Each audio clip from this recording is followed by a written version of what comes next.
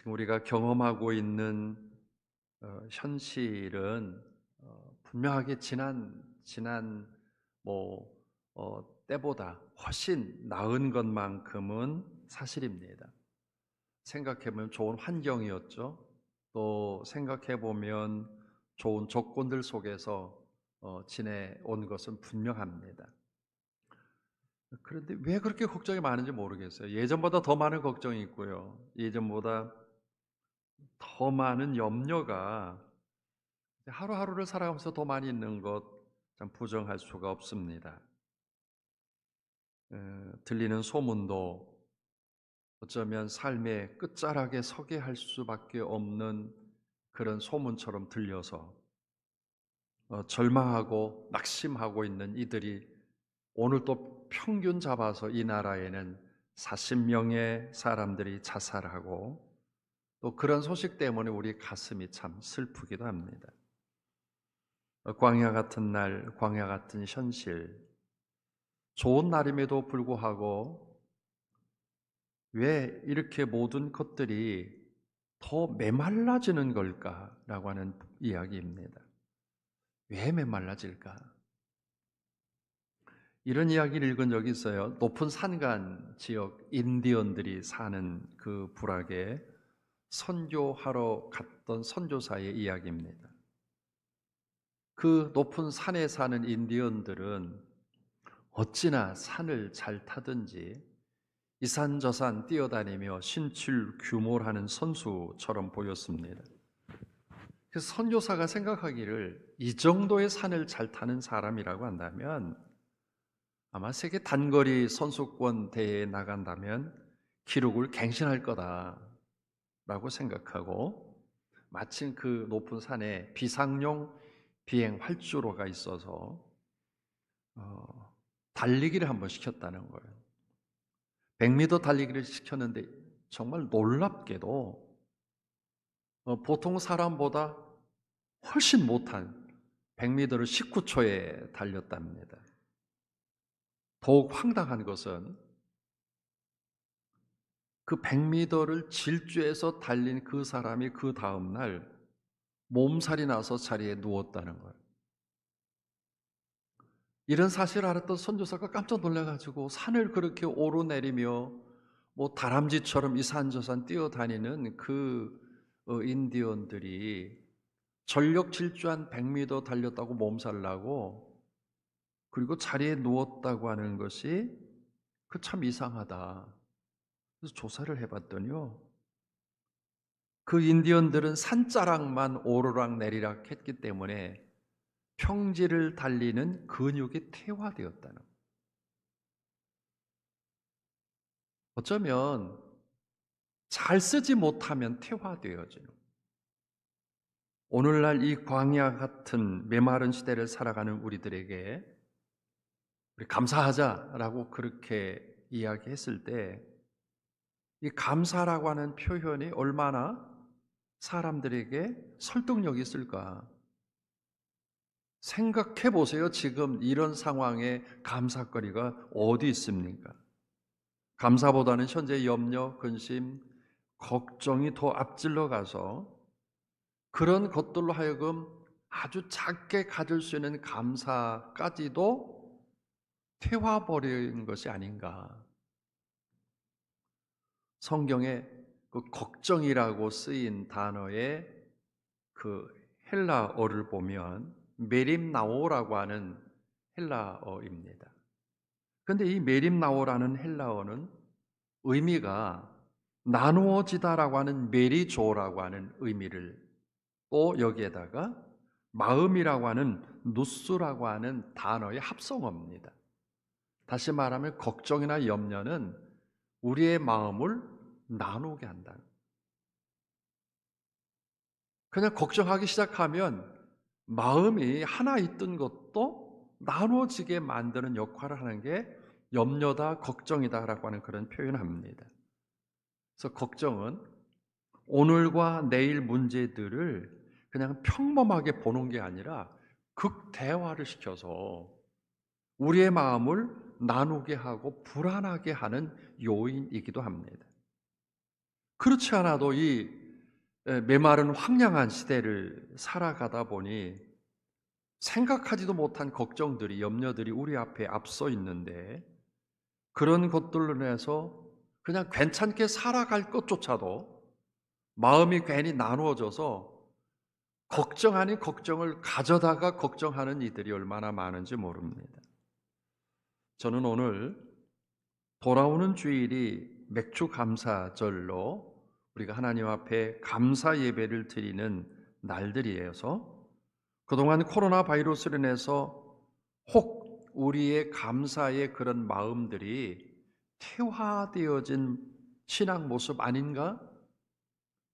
그래서 나누어져 있기 때문에 회복해 가야 될 게 아닌가라고 하는 부분으로 돌아오는 맥주 감사절 전에 한번 말씀을 묵상하려고 합니다. 태화되어진 우리의 그 마음 가운데 가장 먼저 회복해야 할 그런 부분이 있다고 한다면, 감사거리를 찾자라고 하는 것이 아니라 예배를 다시 한번 찾아가 보자. 오늘 봉독한 성경 본문의 말씀을 보면 출애굽 사건에 대한 이야기입니다. 출애굽, 왜 하나님께서 이스라엘 백성들을 출애굽시켰을까? 분명한 결론은 하나님 되기 위해서 출애굽시켰다고 하는, 하나님의 권위 되기 위해서 이스라엘 백성들을 출애굽시켰다. 우리가 아는 것처럼 이스라엘 백성들은 요셉에 의해서 애굽의 노른자위 같은 고센 땅으로 야곱의 식구, 아버지와 형제들 70명이 이주를 하게 됩니다. 고센 땅도 저는 가보았지만 정말 살기 좋은 아름다운 땅, 행복한 땅, 먹고 마실 것이 넉넉한 오늘날의 이집트의 알렉산드리아라고 하는 도시입니다. 이 고센 땅으로 돌아가서 삶을 살다 보니까 애굽 문화가 서서 이스라엘 백성들에게 속시기 시작을 했고, 뿐만 아니라 애굽의 종교가 하나님을 섬기는 그 신앙을 잠식하기 시작을 합니다. 이런 모양을 보셨던 하나님, 그냥 둬서는 안 될 것 같아서 출애굽시키기로 결정하시고, 노예 민족 그리고 하나님 없는 백성들을 이끌어내어서 하나님께서 오늘 출애굽기 5장을 보면 내가 예배 받겠다라고 그렇게 말씀을 하셨습니다. 바꿔서 이야기한다면 감사라고 하는 부분을 어디서부터 출발을 할까라고 이렇게 정리를 해보면, 하나님을 알면 감사가 옵니다. 하나님을 알지 못하기 때문에 감사가 없는 거지, 하나님을 알면, 오늘 내 곁에 계신 하나님이라고 인정을 하면 감사는 자연적으로 우리의 삶 가운데 스며들기 시작을 합니다. 한번 6개월 동안 지나온 여러분의 발걸음 한번 생각해 보세요. 불평하고 원망하고 걱정하는 그 자리에 하나님 계셨습니까? 하나님이 없었어요. 원망하고 불평하고 걱정하고 투정하던 그 자리가 이스라엘 백성들의 모습이었습니다. 그래서 하나님은 그들을 건져내서 예배를 받으시지만, 예배를 받으신 그 하나님은 결국 이스라엘 백성들에게 감사의 삶으로 옮겨가겠다는 의도였습니다. 그래서 모세와 아론을 불러서 바로에게 가서 이야기하기를, 내 백성 보내라. 그들이 광야에서 내 앞에 절기, 바로 예배를 지킬 거다라고 하라 하셨습니다. 하나님은 예배를 원하십니다.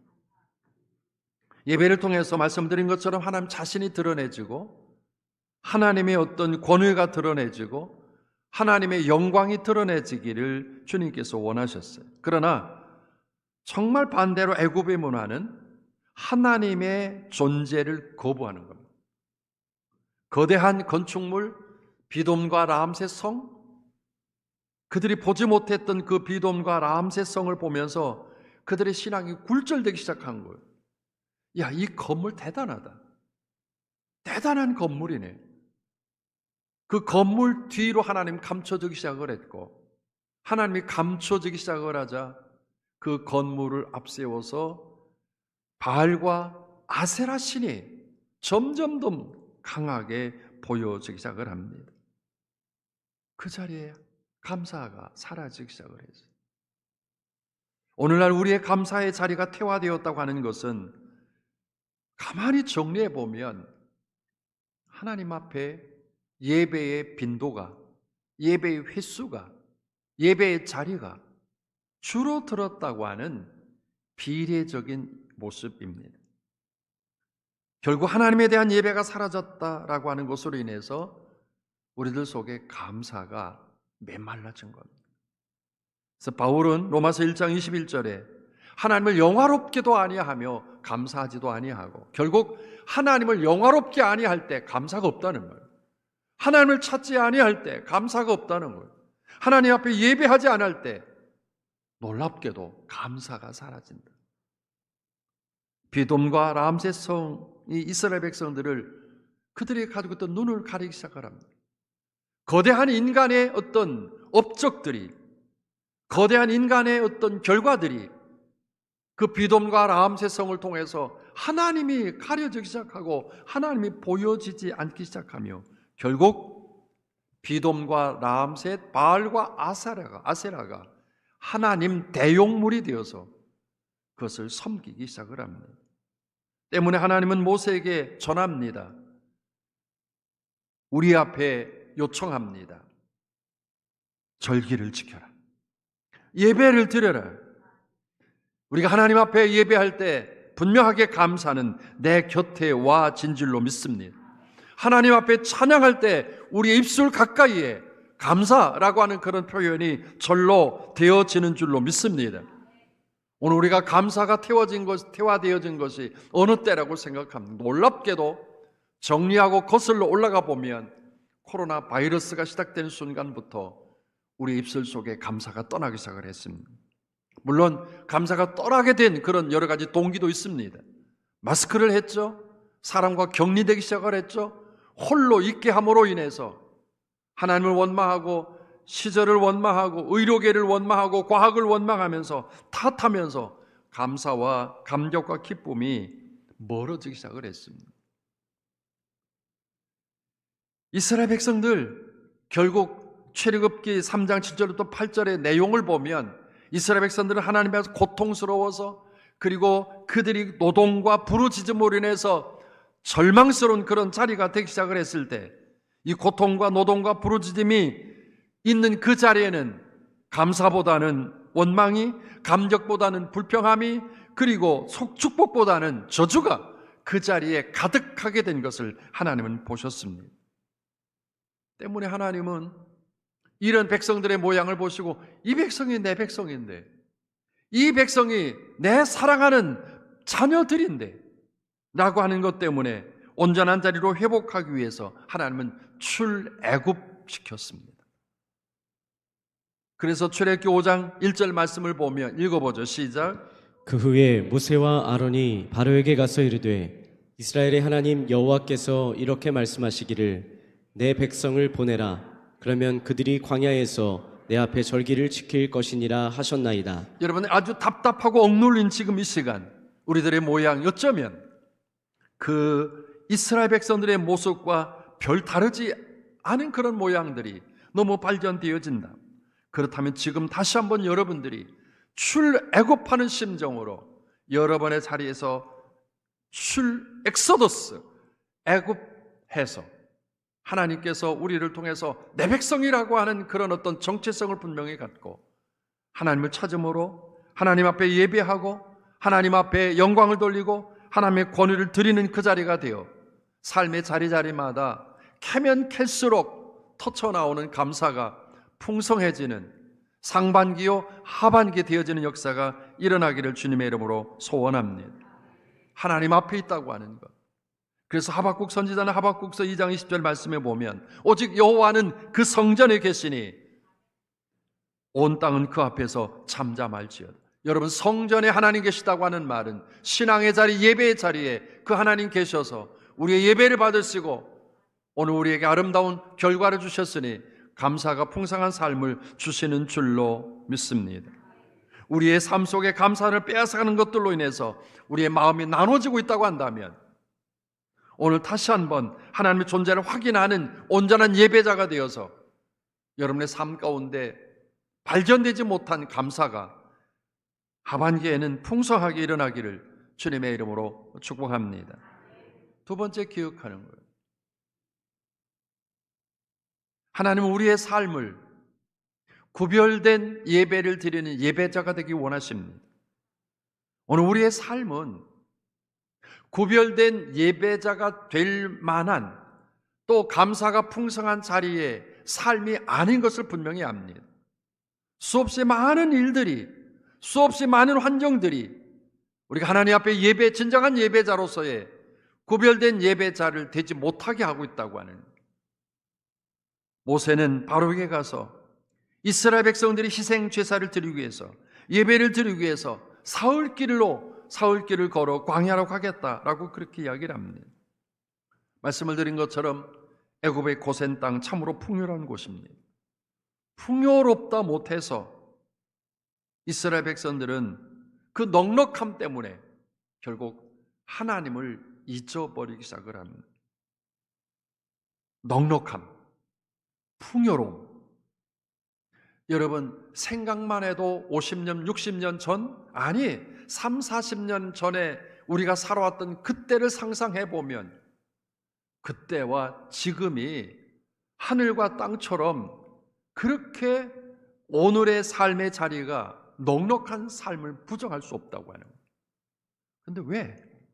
이런 삶을 살아가면서 오늘 우리의 모양은 어떨까? 이스라엘 백성들의 모습과 거의 다르지 않다고 하는 사실입니다.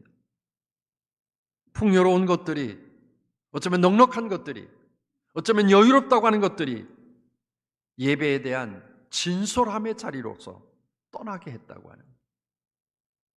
이스라엘 백성들이 가졌던 인간적인 심성과 다를 바 없습니다. 여유 있으면, 넉넉하면, 그리고 풍요로우면 이스라엘 백성들이 걸었던 그 길, 아니 걸어갈 수 없는 우리의 심성이라고 하는. 그래서 이스라엘 백성들에게 하나님은 가나안 땅을 들어가게 될 때 거듭 말씀하신 신명기, 거듭신 명령할 생명명, 그리고 기록한 신명기, 그 신명기 4장 1절부터 2절 말씀을 읽어보면 이렇게 하나님은 다 잡아서 말씀을 하십니다. 읽어보죠. 시작. 여호와께서 너희에게 주시는 땅에 들어가서 그것을 얻게 되리라. 내가 너희에게 명령하는 말을 너희는 가감하지 말고 내가 너희에게 내리는 너희 하나님 여호와의 명령을 지키라. 하나님은 이스라엘 백성들, 출애굽시켜서 만들어낸 이스라엘 백성들, 이제 애굽에서 가나안 땅으로 가는 노정, 그 축복된 땅으로 가는 노정에 혹여나 애굽의 그 모양이 될까 봐서 거듭 말씀을 하셨습니다. 그 땅 가거들랑 잊지 말아라. 비돔과 라암셋성 거대한 성 때문에 하나님 보이지 않을까 두렵다. 바알과 아세라 그런 신이 대단하 보여도 나는 나다 라고 말씀하시며 이스라엘 백성들을 가나안 땅으로 들여보냈던 하나님, 오늘 저와 여러분은 막연한 사람들이 아닙니다. 오늘 다시 거룩한 예배를 드릴 구별된 하나님의 사람이라는 사실을 기억하고 모세가 이스라엘 백성들을 거룩하게 구별하기 위해서 광야 사흘길을 걸어가는 그 길을 선택한 것을 기억하십시오. 광야, 애굽의 광야는 정말 풀 한 폭이 없으며 거기에는 모진 땅, 그리고 견딜 수 없을 만큼의 더위, 그리고 흑암의 그 냉기, 바위뿐인 그 산, 사흘길을 간다는 자체는 죽음을 선택하는 것처럼 참으로 어려웠습니다. 그런데 왜 모세는 이스라엘 백성들을 그 광야로 선택하게 하셨을까? 그 풍족한 고센 땅, 풍족한 거대한 비돔과 람세성 안에서 예배를 드렸으면 안 됐을까?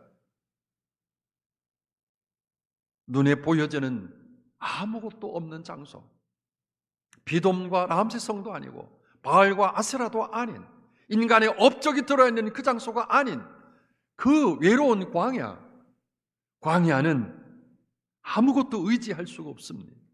광야는 어떤 보호책도 없습니다. 광야는 그저 홀로 있으면 죽을 수밖에 없는 그 조건이 있는 장소가 광야였습니다. 그런데 단 한 가지, 그 광야에 의지할 수 있는 것은 하나님밖에 없습니다. 이 풍족한 세상 속에 살아가는 우리들에게 하나님께서 출애굽하게 하신 그 사건을 기억하게 하신 것은, 그리고 광야 44일의 길을 걸어서 광야 한복판에서 하나님을 찾게 하려고 하는 그 모세의 의도는 애굽의 문화와 애굽의 종교, 그리고 비돔과 람세성을 거부하고 넉넉함을 거부하고 여유로움을 거부하고 편리함을 거부하고 하나님 앞에 집중하기 위해서, 거룩하게 구별하기 위해서 광야를 선택하게 한 것처럼, 오늘 편리함과 여유로운 것만 추구하다가 감격을 잃어버린, 감사를 잃어버린 우리들에게 다시 한번 요청합니다. 그 감사 예배를 드려라.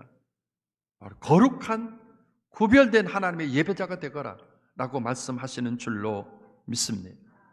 이제 모세는 엑소더스, 출애굽하며 하기 위해서 이 바로와 협상합니다. 하나님 앞에 예배 드리기 위해서 이 바로와 협상합니다. 첫 번째 재앙, 그리고 두 번째, 세 번째, 여덟 번째 재앙을 만난 이 바로는 견딜 수 없어 어느 날 모세를 불러서 이야기합니다. 너희는 광야로 가서 예배를 드리거라. 그때 모세는 이 바로 앞에서 출애굽기 10장 9절 말씀을 보면, 모세가 이르되 우리가 여호와 앞에 절기를 지킬 것인즉 우리가 남녀노소와 양과 소를 데리고 가겠나이다. 예배를 드리러 가겠다고 하는 이 모세는 온 백성들과 소와 양과 함께 가겠다고 그렇게 제의합니다. 그때 바로는 그런 이야기를 하죠. 사람만 가라. 남녀노소만 가라.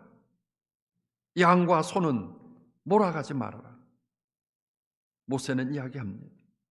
사람도 가지만 양과 소도 함께 가서 하나님 앞에 드려지는 제물을 드리겠다고.